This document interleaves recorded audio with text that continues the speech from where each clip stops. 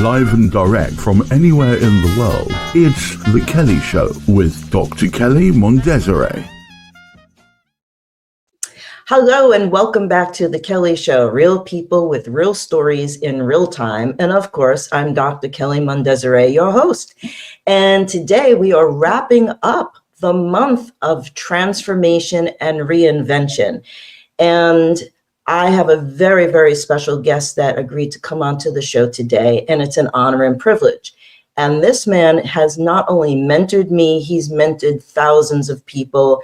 He is formidable in the world of coaching, mentoring. He's an author and an incredibly successful business person. But before we draw back the curtains and do the introduction, we'll be back right after word from our sponsor. So stay tuned. Don't go away. This portion of The Kelly Show is being brought to you by White Wolf Advisory Services. We are the bridge between nations, creating growth, commerce, and collaboration between cultures. Contact us today for more information. And welcome back to The Kelly Show. And we are wrapping up once again the month of transformation and reinvention. And today I would like to welcome my very special guest, Mr. Lee TUNNEY WARE, who is incredible. He is a mentor, an entrepreneur, an author, a counselor, public speaker, and I am privileged and honored to call him a friend. Lee, come on down. Welcome to the studio. How are you? I'm very good. I'm having a good day. We've got the sun out in Ireland, so. Oh, it's a soft day in Ireland, is it now? It is. It's a lovely day. Good, You're good. looking well. Oh, thank you. Thank you. I got dressed and did my hair just for you today. Me too. Anyways, okay, you've already told us where you are right now, but let's go back a little bit. Tell the audience, our viewers, please, where are you originally from and perhaps where in the Emerald Island you are?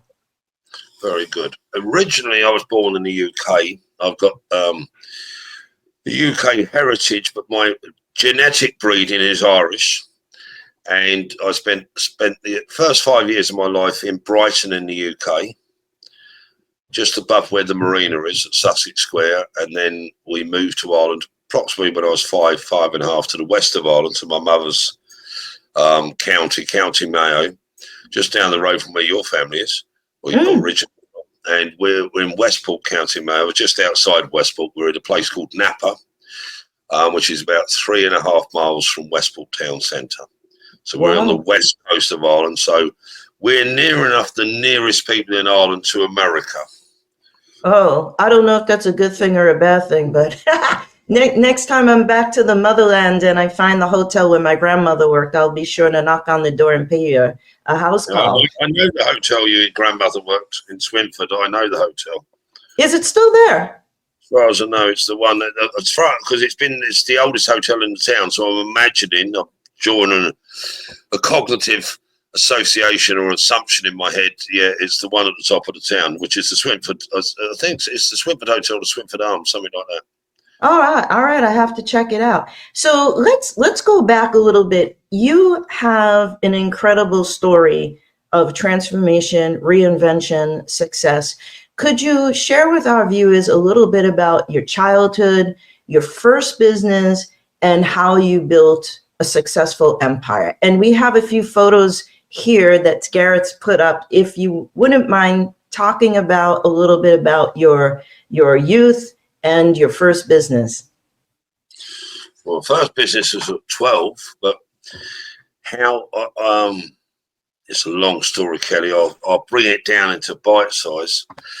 I'd have to go back to walk into the bus in my short trousers when I was about 3 years old, because that's where I feel that my transformational journey started. And we were walking to the bus to put my brother, Bobby, on the bus. And the bus was going to St. Anne's in Lewis, a special needs school. My brother, when he was born with breech birth. His name is Robert John TUNNEY WARE. The John comes from the priest that read in the last rites in the first hour of his birth, because they never expected him to last. And because he was breech birth and a few other complications, he was born partially sighted and some would say autistic. And they said he'd never read or write a count to 10. So back to the bus stop, early morning, winter's morning, walking to the bus with my mum and Bobby, and it was the first time he was going on this bus. But they put him on the bus, and then I walked back with mum, and mum said Bobby was going to school. I was about 3 at the time.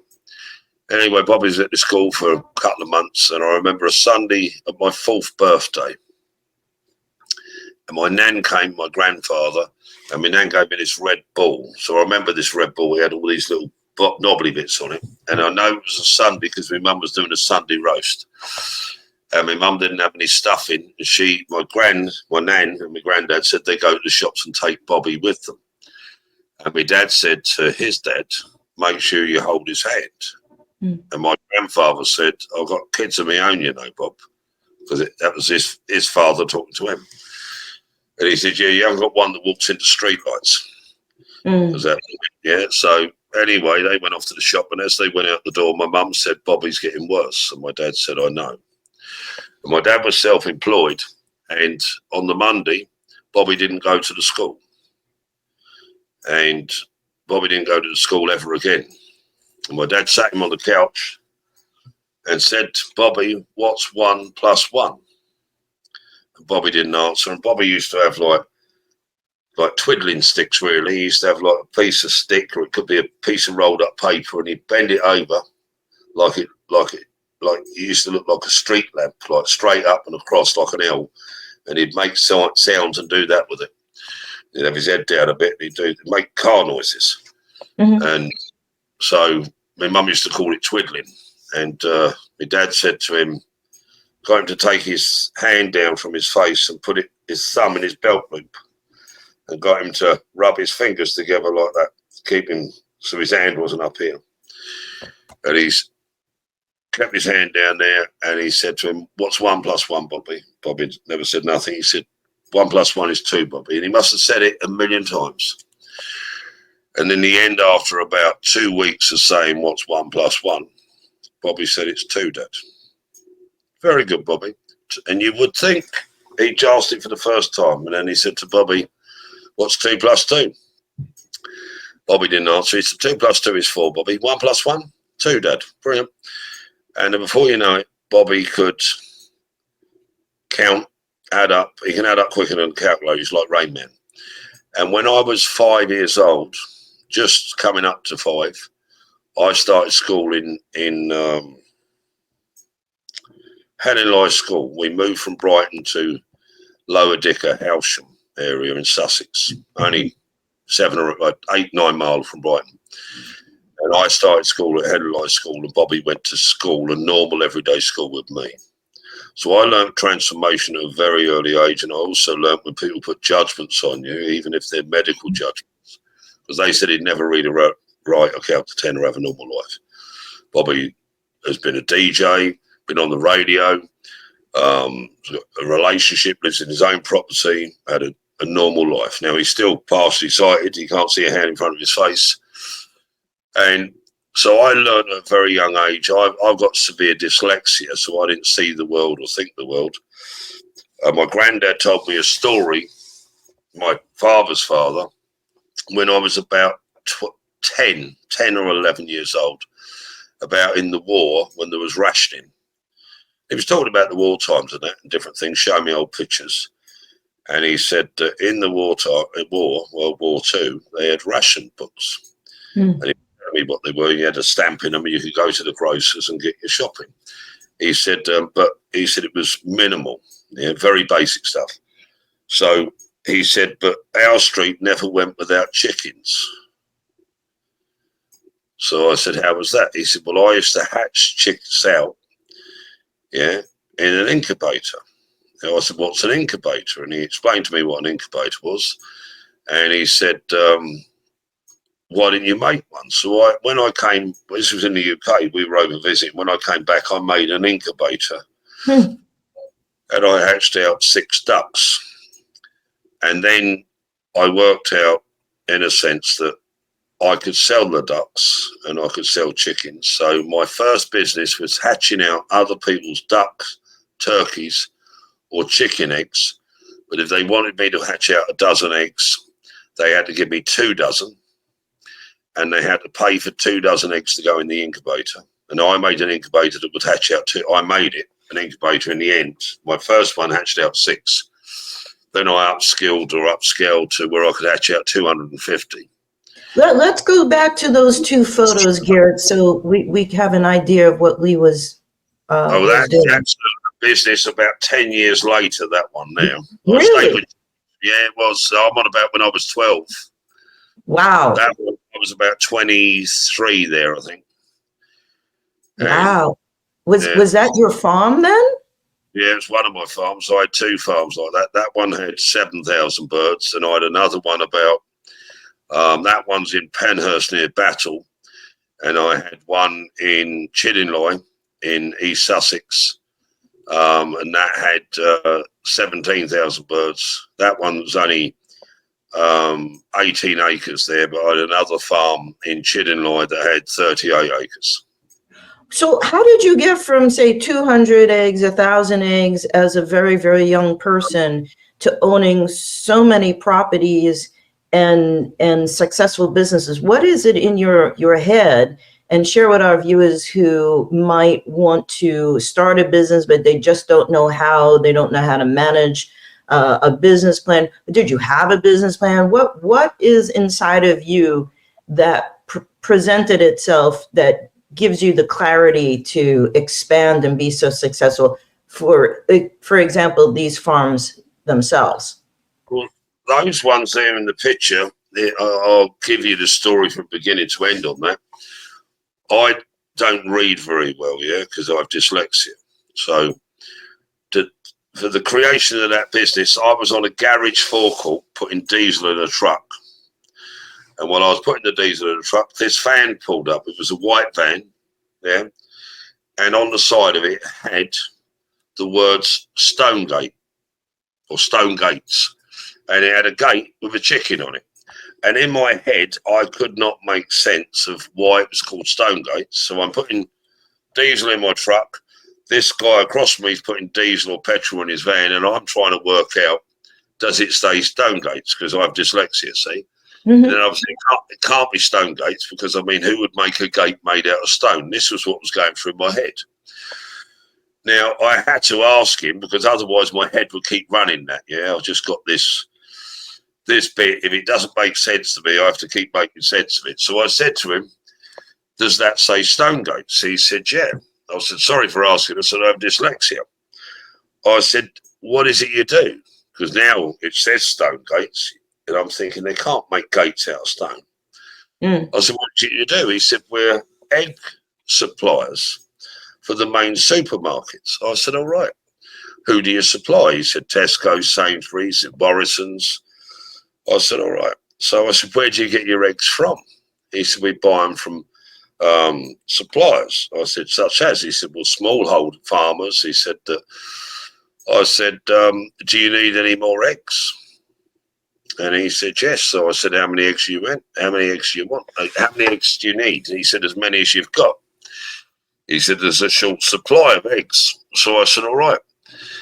I took his card and we had a meeting, and I signed a contract for 1 million eggs a year with them. Wow. Now, soon to be 3 million, but that wasn't the problem I was solving.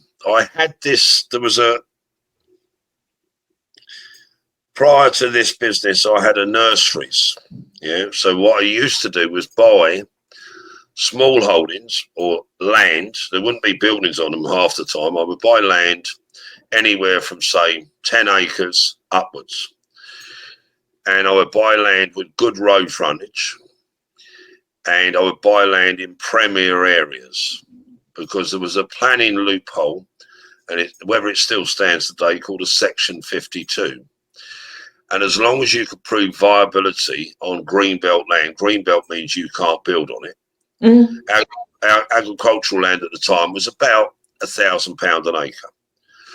So But if it was, you could build on it, it would increase. A piece of land that you bought for 30,000 could be worth 300,000. So with the loophole in the planning laws, if you could prove viability on it through agriculture or horticulture, as in farming or plants, you could get permission to build a house. So one of my business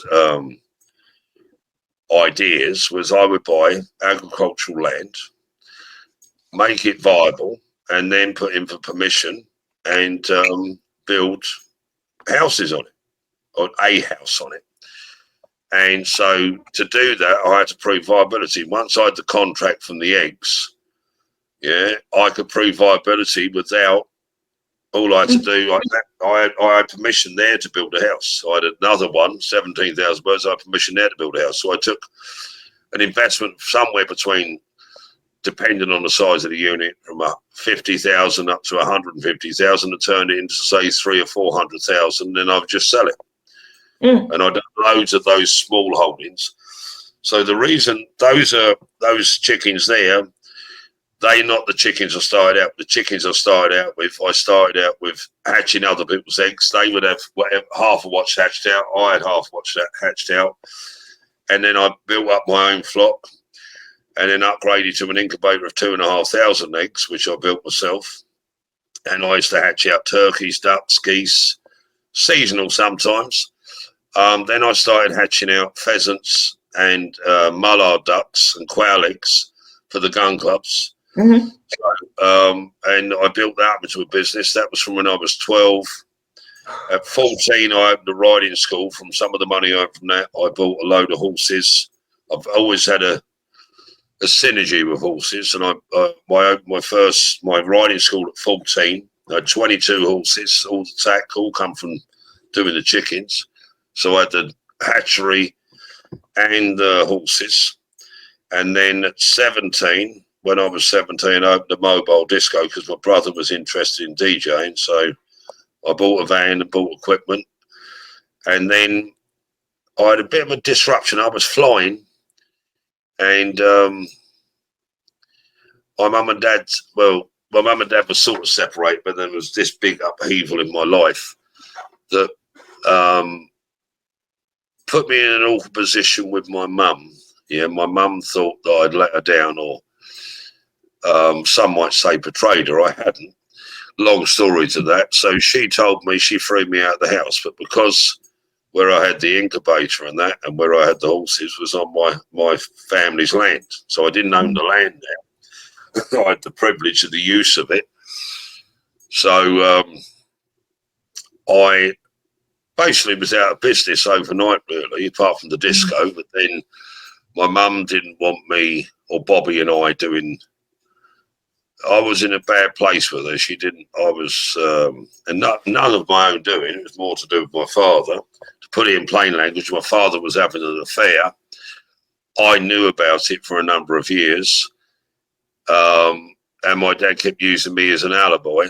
My mum put two and two together, and she felt that I'd aided him, which in a roundabout way I did, but that really wasn't what happened. How do you tell your mum that your dad's doing that? And if you tell your mum, you're betraying your dad. And if you don't tell your mum, you're caught in. Yeah, I still wouldn't know this to this day how to do it. But what it taught me was I'm very real in my communication. I don't like lies. I don't like gaps. I don't like people assuming things from what you say. So I'm very clear, and some might say disruptive in my communication. I'm not. I'm very precise because I don't like gaps, and I don't like, because I suppose from living in that environment of a false reality for a number of years, I like people to know exactly where they are. I'm very transparent, yeah, and that served me very much through my life. But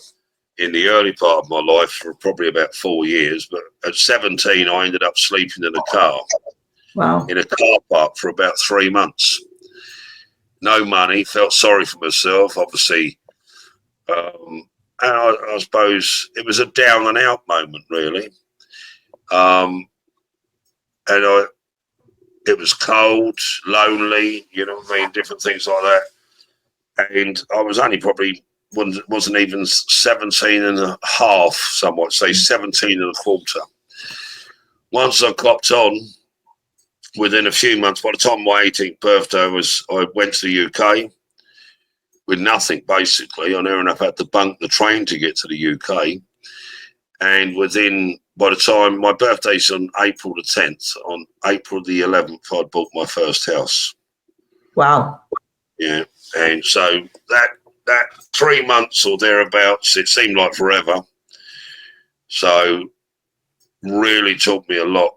And there's a chap's picture you're going to show at the end, Dennis Waitley, changed my life. How he changed my life was I couldn't read or write properly. When I say read or write, I couldn't read menus, road signs, couldn't write my own name until I was about 20.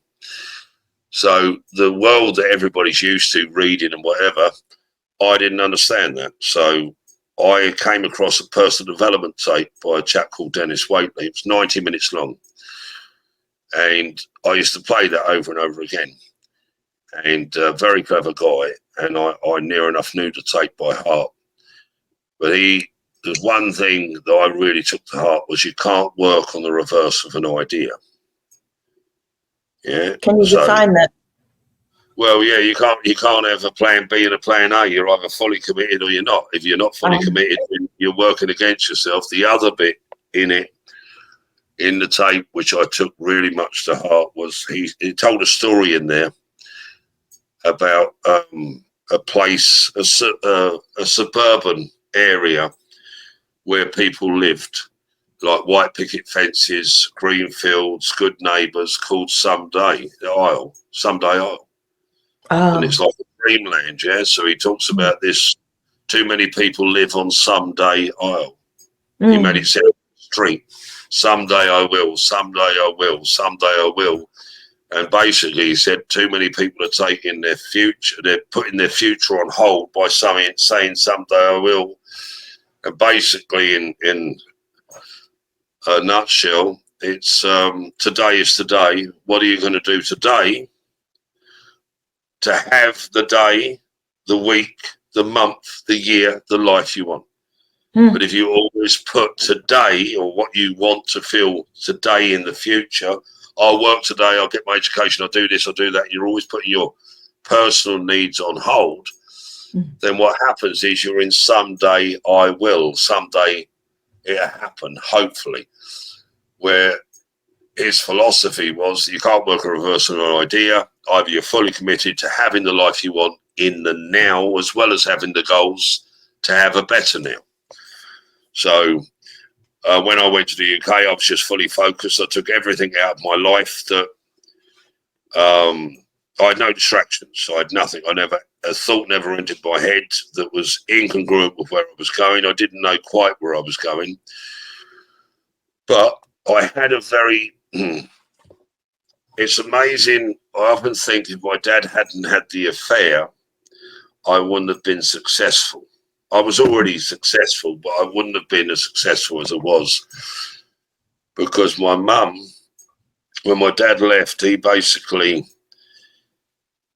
left my mum destitute. Yeah, and and put her in a position where the bank was going to take our home.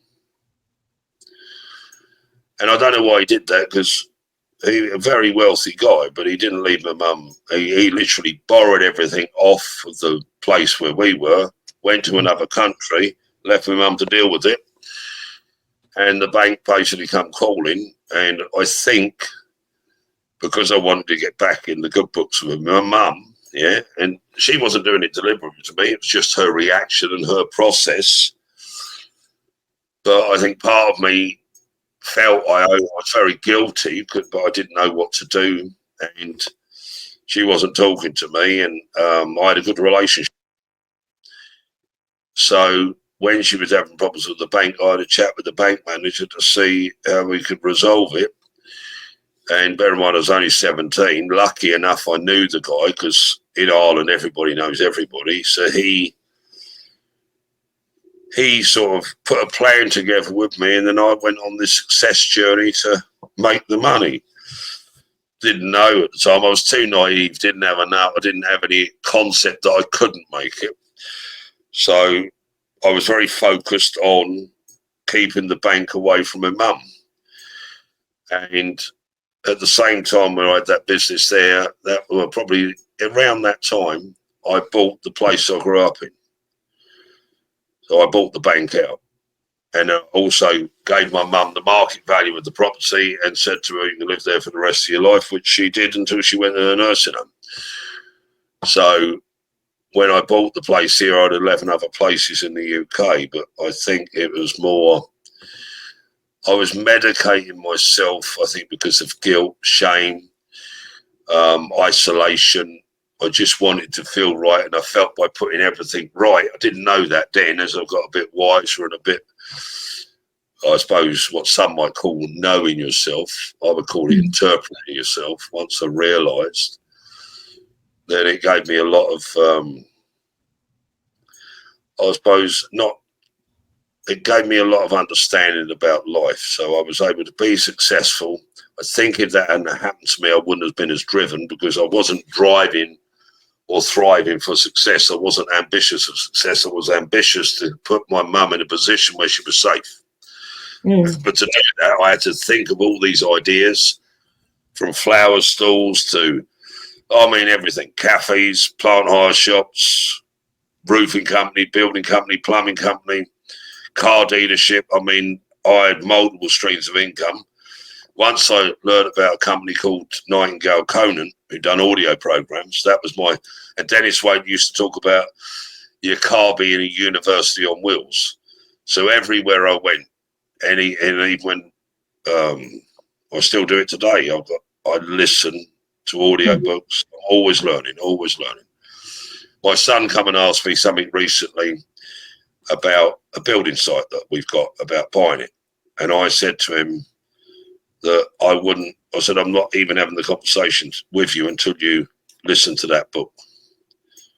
So even with my own kids, if they're not educating themselves or upskilling themselves, then they can't move to, in my mind, to an area of success if they're not going to upskill themselves. So when my son asked me about buying the building site off of Ros and I said, I'm not going to have the conversation with you, Peter, because I wouldn't sell it to anybody else. I said, I'm not going to have the conversation with you unless you've listened to that book, and then give me some feedback on it. If I feel you've digested the book and you've unloaded, updated and got the skill set, then I'll have the conversation. Whether that answers the overall question, my friend, but there's a lot. I could talk all day and I still wouldn't cover it.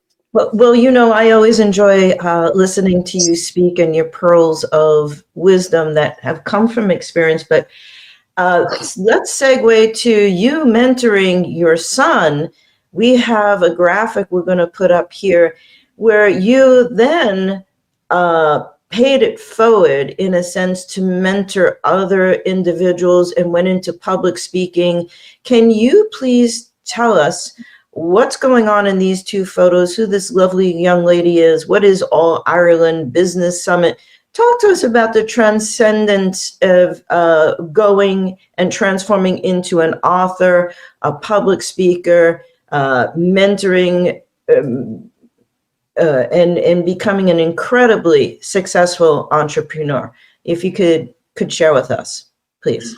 Well, the All Ireland Business Summit is a bit like a high-end brand for businesses in Ireland. Yeah? It would be seen as a mark of approval. Ros and I won with one of our businesses the overall category. We were basically, out of all the businesses in Ireland that year, we were the only ones to get a trophy. We had a company, Adventure Park, and we done corporate team building. It was a business we built and operated for close on 30 years. It was something that when we came back, it was an area we developed. We were this side of the Shannon, the biggest adventure park in basically 2/3 of Ireland. There was a couple that got a lot of funding from the government, and they still wouldn't be, I could dare to say, on the adventure side in the space we're in, we were the biggest and the longest established and the best in the country. We sold the company to another business friend of mine, Harry Hughes. He owns a company called Port West, but also has a big country estate. He's a public speaker as well. He's Entrepreneur of the Year at the same summit, at that summit there. The one on the right is me speaking on a stage at Ashford Castle, which I spoke at a few times. And that was to a group of entrepreneurs, or what some might consider thought leaders, national and international thought leaders, and making them think about how we think about things. So I do a lot of public speaking. I end up doing public speaking because of a row I had with Roz. How did that work out for you? It's just the way we were having this discussion, and she said to me, yeah, she made a point, and I sort of made my point, which she didn't like, and she said, yeah, very good, very good. You're that good at speaking. Why don't you go and get paid for it? That was her comeback. Yeah. So I didn't take it as a dig. I took it as, well, fair enough, I'll go and do that. So I went and joined Toastmasters, and because it was a new club, and I helped establish the club. Yeah, I only went to find out about it, and then a lady I knew said, "Oh, we're looking to start a new club in Castle Bar." I said, "When are you looking to establish it?" They said, "Next year." I said, "Why next year?" She said, "Because we need to get 22 members to establish a club." I said, "Oh, fair enough. That should only take you a couple of weeks." "Oh, no, we've been trying for several months now. It's going to take us to this time next year." I said, "Well, if you leave that in my hand," I said, "how many people do you need to start this club?" She said, 22. I said, "Right, fair enough. When's the next meeting?" She told me. We had a meeting, and I think it was about 4 meetings after that, we had 22 members. Yeah, I just know a lot of business people, and I know a lot of people. I run a lot of events, so I phoned up my people and said that, yeah. So anyway, started the club because it was a new club. Normally, if you enter an international speech competition, you need to have 7 speeches under your belt in Toastmasters. Because it's a new club, they allow the new clubs to enter into the competition, or their members to enter. So anyway, the club was up and running, and I was on the committee for it, and they said to me, "Oh, Lee, you enter in the international speech competition." I hadn't done a speech by this time, and I said, "Oh no," I said, "I didn't join for that." I said, "I'm not even a speaker." "Oh no, you'll get experience, you'll get this, you'll get that." Anyway, I entered the speech competition, and I didn't even have a speech as such. The day, I'd had a very busy couple of weeks, and I didn't have time to organise a speech. And I had a corporate team I was working with at Brayfie House Hotel, which is a place, I don't know, about 20 miles from where we live. And I had to come from there. As soon as I finished there, I had to come from there to go to the TF Hotel, which is about 2 miles away, to be Sergeant at Arms at the Toastmasters. And on that journey, I imagined, because I don't write things down as such, I'd prepare a speech in my head. But on that journey, I got a call from a client who was having a bad moment. So I spent the journey and sitting outside for about 20 minutes to get her in the right place. And then I come off of that, walked in, got the tin out, settled the table up, and I'm doing Sergeant at Arms. And Dirk, who was the president of the Toastmasters Club, come over to me. People are coming in and saying, "How you doing? There's your name tag. £5, please, thank you. There's your change." And that was what I was doing. People coming in. Dirk's come over to me while I'm doing that. He said, "Lee, the name of your speech." Of course, I didn't have a speech, see? So I looked at him as if to say, I said, "I'll be with you in a second." He said, "Oh, I need it now." He said, "Because we're just doing the paperwork." So I said, "All right, it's the speech with no name." And he said, "Oh, that's interesting. Thank you." Went off. The reason it had no name, because I didn't have a speech. So I did, yeah. So then I thought in my head, while I'm doing Sergeant at Arms, while they're doing the topic section in Toastmasters, I'll prepare a speech in my head then. So they didn't have a topic section because it was a speech competition. I didn't realise that, see? So then he went, right, we're going to start with our first speech of the night.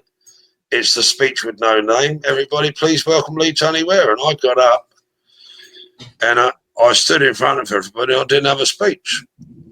Didn't know any. So I thought I'd tell them a story. No, it wasn't a story. It was a part of my life. So I just told them about, I said, I'd like you to imagine it was a Friday morning and we just ended the spelling test. I'd like you to imagine it's a Friday morning and we're all in class and we've just come to the end of the spelling test. I said, and yet again, I got 10 out of 10 wrong. And I just told them about that spelling test and told them how I left school at 8.5, walked out of school and never went back. And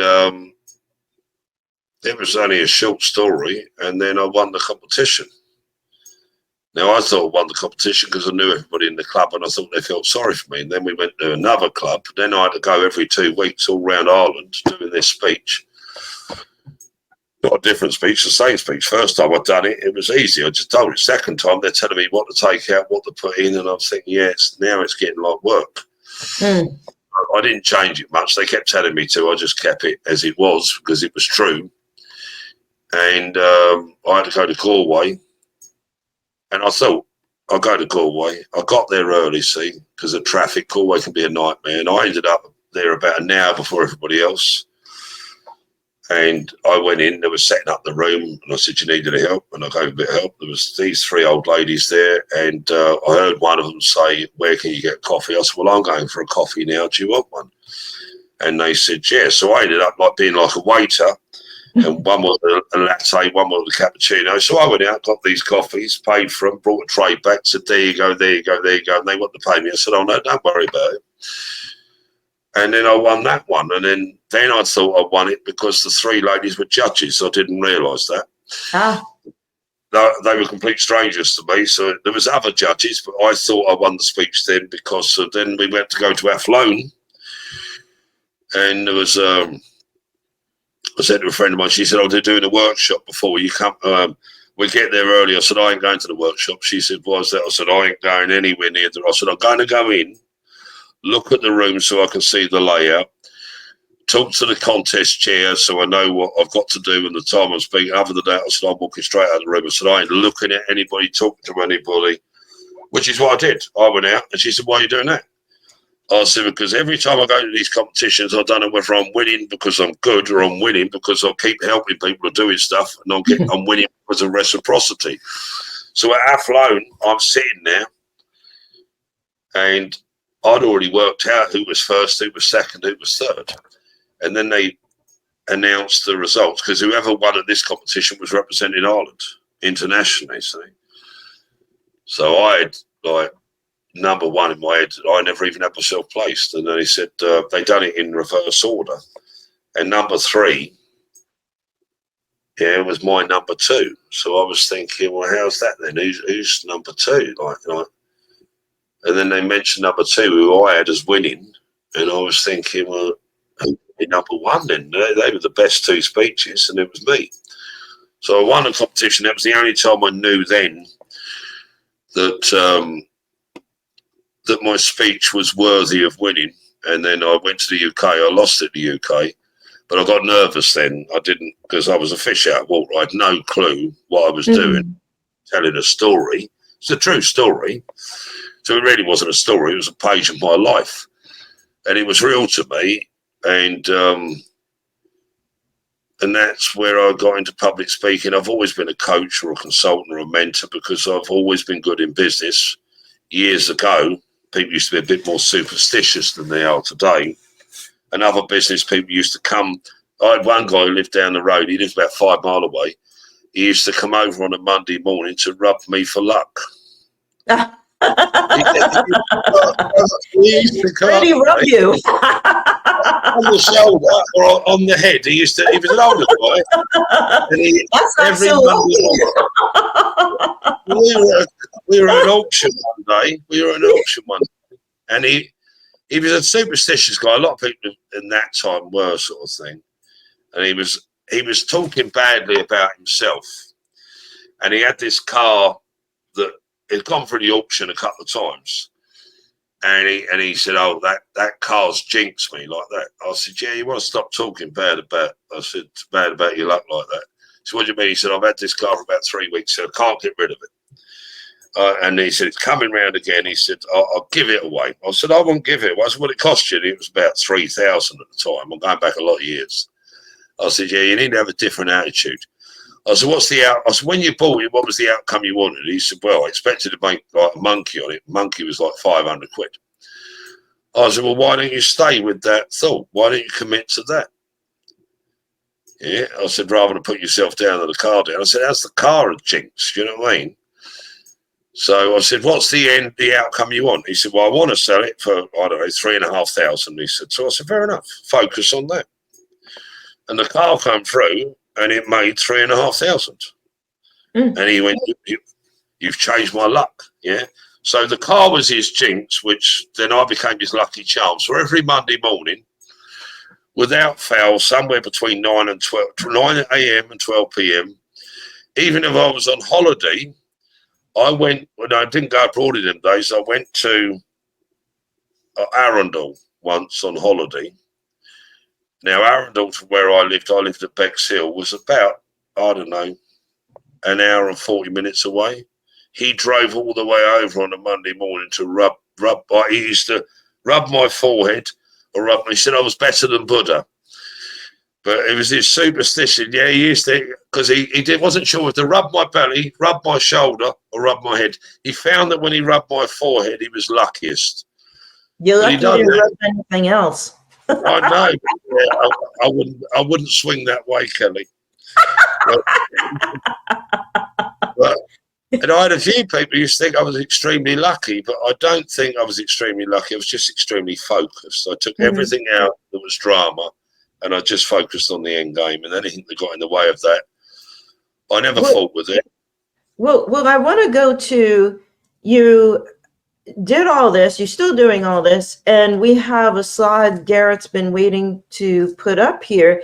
How does someone who is dyslexic write 2 best-selling books? How does this happen? Talk to me. Well, the hard work or success we come back to the Great Pyramid of Giza. A friend of mine, Mervyn Johnson, who was actually my best man at Roz's and my wedding, very good friend of mine. We used to have our chats, yeah, and we used to we mainly talk about problems. And I used to say that people look at things the wrong way. I said, if they looked at them and took away all the noise, it's quite easy to see the problem. So he said, for example, yeah, so my example was the Khufu pyramid. And I said to him, when they look at the pyramids, they say that took 20 years to build them. And I said, if you think about it rationally and logically, I said, there's 2.3 million blocks in the Khufu pyramid that they're aware of. The average size of the block is 8 foot by 12 foot by 5 foot, average weight 2.5 tons. I said, if they built it over a 20-year timeline, working 12 hours a day, that gives them 1 minute and 32 seconds per block. I said, if they work 24 hours a day, I said, that's just like 3 minutes a block. I said, so logically, the way they think they were built and the timeline, I said, logically, it's natural to double the timeline.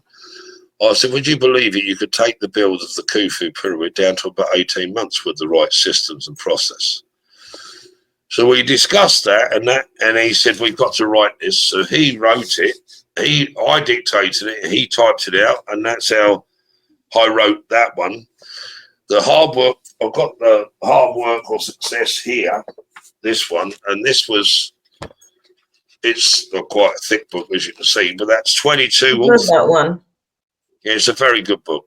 There's 22 authors in here with their entrepreneurial story, and the authors are part of an international network I created with 2 of my friends, Alan Bell and Vic Vaughan, called ECI. So some of the authors in it, some of the members, they were all members of the ECI.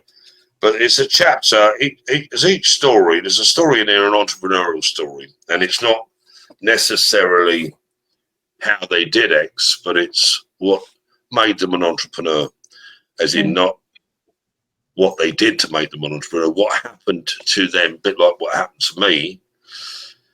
How did I become an entrepreneur? Was I born that way, or was it life circumstances? Entrepreneurs are put together slightly different. I think they think and feel differently, and they don't normally collaborate very well because they're very much, they taste the world differently. So my skill set from part of the team builder is to get people to collaborate or put their guard down. I do it quite forcefully sometimes because I don't, forcefully is the wrong word. I just don't do BS. I don't do belief systems. Yeah, BS to me stands for B for belief, S for systems. I don't do BS. If I'm talking to a credible person and they want to talk disrespectfully about themselves, I won't enter their reality. I will hold them to self-respect. I would hold them to integrity. That I ask people sometimes, do you want me to honour the feeling you're in or the human that has the feeling? Mm-hmm. Do you want me to honour the thought you're having or the judgment you're having about yourself or the person that has that judgment? So I prefer to honour the human. If people are in trauma and drama, sometimes they don't always see it that way. They think I'm not listening to them. I will listen to them as long as they're respectful about their future, their present and their being. If they want to tell me why they can't do something, I've got 1,000 reasons in my life where I could have proved to myself easily that I couldn't do it. I always never worked on the reverse of an idea, Dennis Waitley, and I focused. And if I went one step further with Stephen Covey, begin with the end in mind. If I'd known that piece when I was younger, with Dennis Waitley's piece, because when I found begin with the end in mind and never worked on reverse an idea, I took them as gospel. So I knew what I was aiming for. I worked solely on that, took away all the noise, all the disruption, all the naysayers, and I never argued with naysayers. I don't think you can do it. I accepted that they had a thought that I couldn't do it. I don't give thoughts any credence. I don't believe in it. Well, I don't give beliefs any credence either. So they can have a belief or a thought. It's their world. And it's not disrespect. They're entitled to think or believe whatever they want. Just because they put words on it, I can hear it in the outside world. I don't take those words internally to me. From my skin into my world, what anyone says in the real world outside of their world, yeah, they can say whatever they want. Doesn't mean it's real. Just because it said it doesn't mean it's real. That's a great takeaway message for anyone who would have trepidations or reservations about pursuing their passions, whether they be business or personal related. But you are one of the most busiest individuals I have ever met. Now, I have to share with the audience our next photo. How do you manage and balance your personal life and your business life? And the reason why I ask this is all these children, if you count, folks, there are 11. Mr. TUNNEY WARE has 11 children. How do you find the time for each and every one of them? And how do you find the time to balance all the projects and businesses and adventures and endeavors you have with your family life? Do tell, because I had trouble with my dog. Well, it can be tricky. There's actually 12 kids there. One of us is my granddaughter at the very front, Annie. I missed one. Yeah, there's 12 kids. There's 12 kids in that picture plus me, which Ros would probably tell you I'm the biggest kid out of all of them. But balance here and yeah, and 12. here, because when I say things, sometimes I think people think I'm being disrespectful. I don't like balance. Balance to me would be on a tightrope. Yeah, and I could go left or right anytime. I don't like balance. I like equilibrium. Okay. Yeah, I like certainty. So what I mean by that is my job as a parent is, so if I go with it this way, the one on the left with the checkered shirt, the one on the left with his shoulders up a little bit, that's Josh. Which one on the left with the checkered shirt? The first boy on the left. No, the girls are on that side and Josh is on this side. The furthest boy out on the left is Josh. Okay. The next little boy down a bit, the smallest boy in the checkered shirt is Jake. Okay. Now, if we go then to, the little girl at the front on the right, the smallest girl, not the small one in the centre, the one on the right is Poppy. And, the three boys together with the checkered shirt, Josh, Jake, and Isaac, those three that are in the triangle, and Poppy, fought for their country in international karate 4 years running. Wow. Josh became number one for his age. Poppy, Jake, and Isaac were number two in their age category. Now, if you look at that picture again, Poppy, who's the little girl, the smallest one, she's a bit bigger than that now. She plays rugby now. She plays at a high level. Wow. Olivia, who's sitting on my lap, she plays rugby now at a high level. Jake, which is the young boy at the front, and William, the little boy with the white shirt, the little white pads, he plays rugby. Josh plays rugby. Tom plays rugby. They play rugby at a very high level. The two girls at the back, the two bigger ones, Shelby and Seth, they're from my first marriage. Both of those are brilliant ballroom, rock and roll, and dancers. They could have gone professionally. Very, very good. Wow. So those ones, and all the kids have done very well for themselves. But the bit, what I'm trying to is, how do I balance it? I don't balance it. I don't believe I'm their caretaker. If you are in our house, I like authenticity, yeah. So I don't like, in a sense, stripping the kids off. I have done it, but that isn't, yeah. I suppose as you develop, you don't know what to say to them, because how do you communicate to somebody like where they get it? So what I thought about, because there's so many of them, so many ways to get it wrong and so many ways to get it right, but to find that universal way is, if you took William, for example, I mean, William's now 12. He's the youngest boy on the left there. I mean, as young as all of them were, but William, because he's got that cute little look. Even when William was that age, if he'd done something wrong, I would say to him, "Who's the boss of you, William?" Bear in mind, he'd just be speaking around that time. He'd go, "I am." Okay, fair enough. Have you been a good boss? And I'd make him think about it, even if he was like 18 months, 2 years old. Or my favourite line to him is, "Who breathes for you? Whose life are you living? Who's the boss of you?" So all my kids would have grown up knowing they breathe for them, their heart pumps in their chest for them, this is their life, I ain't in control of it. All I can be is a guide. But because they know they breathe for them, they think for them, they decide for them, it's their life, then they have a high, some might say a high sense of self-worth. They don't have an arrogance. They're just able to hold their own. They realise that they can't think on another human's behalf, so they don't get caught up in the noise. If somebody says something about them, in the negative, which people do, then they already know that just because somebody thinks something, even if they put it into words are just noise. If you let it cross your skin and you make it your noise, I taught my kids not to do that. They breathe for them, they think for them, they decide for them, their heart pumps in their chest for them, they are the boss of them. Everything they do will come from them. What is it you're going to do?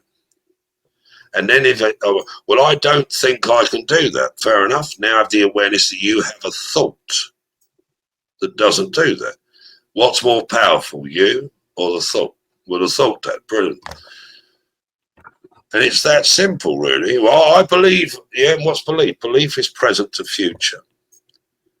So when you have a negative belief, what some call, I don't value beliefs at all, because to me beliefs are lies. Beliefs for truth, they'd be called the truth, but they're called beliefs. And if you look in the word belief or believe, you'll see LIE, the lie that lies within belief. Beliefs are the barriers to the truth. Beliefs are the consequences of us not knowing the truth. Most people want to live a life of belief. I don't want to live a life of belief.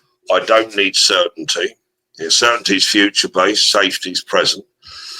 If I have a sense that I need certainty or security, then I must doubt myself. My future is mine. I will create it. I don't need balance or synergy. So I'll put everything together. I have equilibrium. Can't foresee everything. I don't react to fear. Fear to me is my biology, because fear is fight, flight, freeze, reptilian response, sympathetic autonomic nervous system. Who's in charge? The vehicle that I live in, or me? Me. What my reptilian brain wants to do, I ain't interested. I needed that maybe a million years ago. So my physiology is just data to me. I pick up senses and data, same as I go outside. If it's cold, I need a jacket. My biology gives me data. It doesn't run me. My body's a vehicle that I travel in. So I don't allow the sensors of the car to tell the head-top computer what to do, if that makes sense. It does. And I have to share with the audience, the viewers today, that the Kelly Show wouldn't exist if not for my participation in one of your challenges, 90-day, I believe it was a challenge. And I had this idea over 2 years ago, and you challenged me to do it. And within 6 weeks, Gareth and I started putting this show on the air. So talk about motivating someone like me who, not for anything, a lot of people think I'm the great motivator, but you have been quite the mentor to me at a time when I really needed it. And that's another show, another conversation that we could sit down and have. But I wouldn't see it that way. I wouldn't see it that way. I would see it this way, that I just saw who you were and communicated back to you. Yeah, you did. You told me, drop the bowl, the 3 most important words I think anyone has ever said to me. But we're running close on the hour now, so I just want to get to our last question, which we ask every one of our guests. And you've already revealed this, but we're going to put up that slide. If you could name one person, place, thing, or experience that you're thankful or grateful for, please share who that person was. And Gareth, let's put that slide up of this individual. It would be Dennis Waitley. I'm grateful. I mean, my number one grateful would be Roz, my wife, my kids. But hi, Roz. But the person that changed my life is Dennis Waitley. Without him, I wouldn't have been successful at all, because I was really a loser, uneducated. Yeah, and what I mean by loser, in the real world terms, I can't read a menu to this day. I'll get Ross to read the menu to me. If he hasn't got pictures on it, it's so. But I took the skills I had and never judged myself by the disabilities or inabilities I had. I just looked at what I was very good at, my superpower. Yeah, what some might call your USP, your unique superpower. I look at I know what I'm good at. I know where I'm good, and I just stay in that sweet spot. And there's areas when sometimes I get asked questions, and I'm good at what I do, but people say words. I say, if somebody asks me a question I don't have the answer, then I'll tell them I don't know the answer. I can give you an answer from experience, but I can't give you the answer. But if I give you an answer like 2 + 2 is 4, yeah, I'd defy you to go anywhere. If I give you an answer or a takeaway, then it's the best you're going to get. Because if I give you an answer, if I say I don't know, but this is what I would do, yeah. But to me, is I can process really quickly. I mean, because of my brother, I mean, I see patterns in data. So most people on their times tables, like once 12 is 12, 2 12s are 24, I see patterns. So, for instance, if somebody said to me 35 times 12, I would say it's 420. How I know that is because of the pattern. If you look at the 12 times table, on the first column of the answer, it'll be once 12 is 12, which the first 2 numbers are 1 and 2. Below that will be in the first column 1, 2, 3, 6, 7, 8. It goes like that. On the outside column, the only numbers that repeat is 24680, 24680, 24680 to infinity. If you're on a 0, then the number in the asking is a 5. So 15 12s. 15 times 12. Because it's got a 5 in it, the last number has to be a 0. So to crack the 12 times table, I'll come up with a system. How many 5s in 15? 3. You add the 3 to the 15, gives you 18. You've got 0 on the end, 180, 35 12s. How many 5s in 35? 7. Add the 7 to the 35, 42, 0 on the end, 420. So I see patterns. So when I give somebody an answer, if they ask me an answer, that's mentoring or consultancy, I'll tell them what to do. A good coach, you mentioned motivation there. To me, if I'm a educator, then I'm a left brain speaker. I'll speak to the solicitor part or the accountant part of the brain.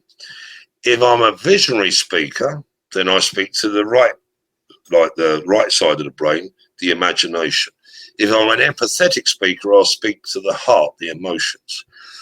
If I'm a motivational speaker, I speak to the physiology, the motor, the drive, the action, the do of the human, the biology.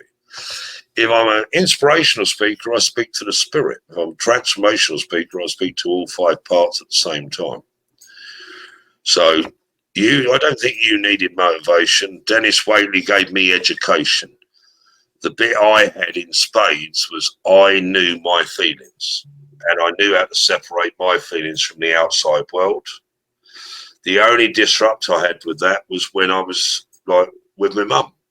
I was very aware of my feelings because I had to be very aware of my feelings so I didn't give any signs away to my mum with my physiology. So if my mum asked me a question about my dad, I had to have everything congruent. And I knew if I had that wrong, she'd be able to read me, and then my whole life and family would go in the toilet. So I lived in that pressure cooker for a number of years. When I got out of that pressure cooker, and I didn't have that pressure, I had that probably what some might call the transformational, the healing moment. I had 2 or 3 months, the 40 days and the 40 nights, you might call it. And I got my act together, but I was very aware of my feelings. And because I was very aware of my feelings, if somebody said something, I already had the non-negotiable. Nobody's ever going to make me compromise me or the people I love again. Bravo. So I held the line. So, but Dennis Waitley, without him, I wouldn't have had the integrity because I listened to that tape over and over and over again. And when I didn't even have a clue, I was only young anyway, but I was so confused, so lost. And it was that one cassette. And I played it and played it and played it and played it and played it and played it, and it broke. And then I don't know if you remember the old cassettes, you had to take it apart, put it back together, and then I had it on 2 cassettes, and then I played it and broke it. And then I found a company called Nightingale Conant.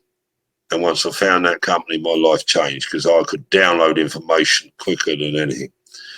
And that was the only bit that was missing was my education. So I think you did pretty well.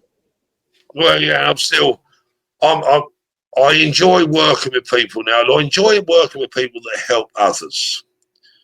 Or I don't do success for the sake of success. I like working with people that I like collaboration, a bit like what you and I do and others. I like people that support each other, look out for each other, and can open doors with each other. Because life can be hard enough sometimes if we're in it on our own. If we're together in a good ecosystem, we can lift each other up.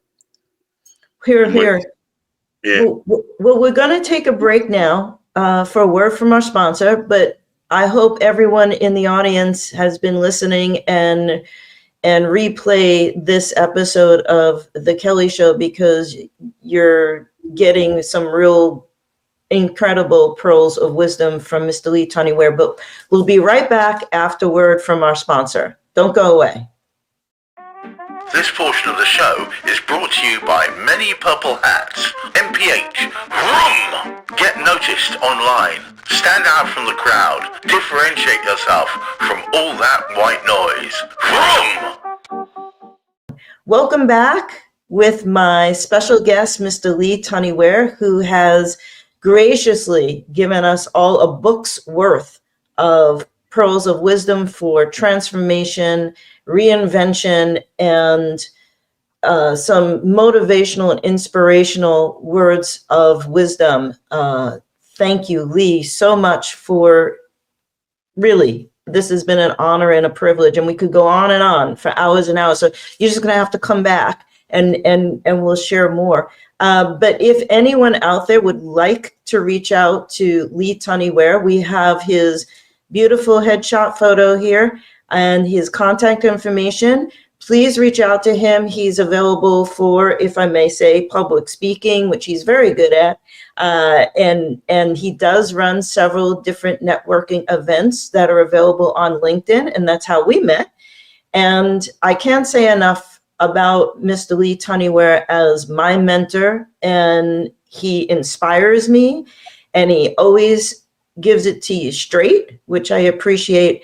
And again, where I was very much lost about a year ago, you've really, really brought me into who I have allowed myself to be. So thank you very much for that. And Lee, give my love to Roz. I'll see you next week online. And when I get back to the motherland, we'll have to go to the Swinford Hotel, because I know whoever owns it will, if one word from you, and they'll let me up in the room where my grandmother used to sleep when she was a maid there. So yeah, so folks, thank you very much, Lee. On your journey, because I think you give me too much credit. We collaboratively worked on your journey. Whatever you want, but take the credit. Take it while I'm giving it to you. You look after yourself. Take care, and thank you. And it's an honor to be on. I'm really grateful. Thank you. And if you would like to be on the Kelly Show, please do write into us. We have the contact information below.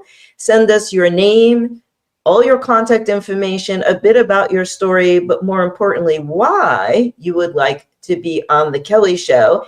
And please do subscribe today to the Kelly Show on YouTube. We have that contact information below and the QR code.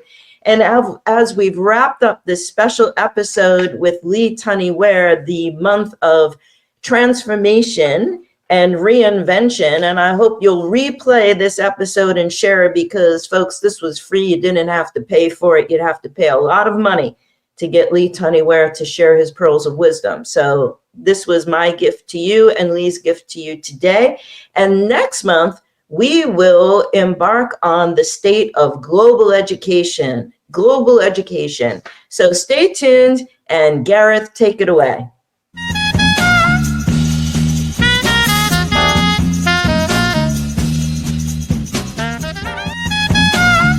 If you would like to be a guest on The Kelly Show, send us an email with your contact information, where in the world you are, and a brief description of the story you'd like to share today.